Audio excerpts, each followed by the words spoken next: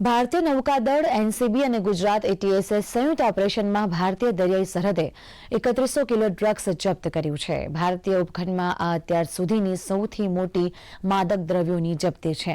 આ દવાઓની આંતરરાષ્ટ્રીય બજાર કિંમત 2000 કરોડ રૂપિયાથી વધુ હોવાનો અંદાજ છે, પરંતુ સ્ટોકની દ્રષ્ટિએ આ અત્યાર સુધીનું સૌથી મોટું ડ્રગ્સ કન્સાઇનમેન્ટ છે.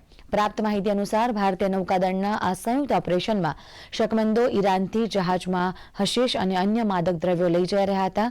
2 દિવસ દરિયામાં રહ્યા બાદ ભારતીય નૌકાદળે પ્રાદેશિક જળસીમામાં પ્રવેશેલી શંકાસ્પદ બોટને અટકાવી હતી અને તપાસ કરતા બોટમાંથી કરોડો રૂપિયાનું ડ્રગ્સ મળી આવ્યું હતું.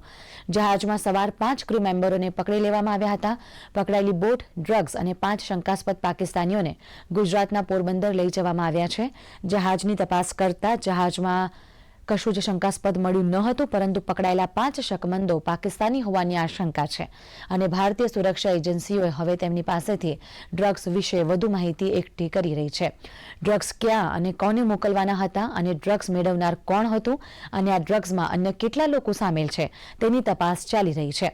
જપ્ત કરાયેલા ડ્રગ્સમાં 2950 કિલોગ્રામ હાશિશ, 160 કિલોગ્રામ મેથેમ્ફેટામાઇન, 25 કિલોગ્રામ મોર્ફિનનો સમાવેશ થાય છે.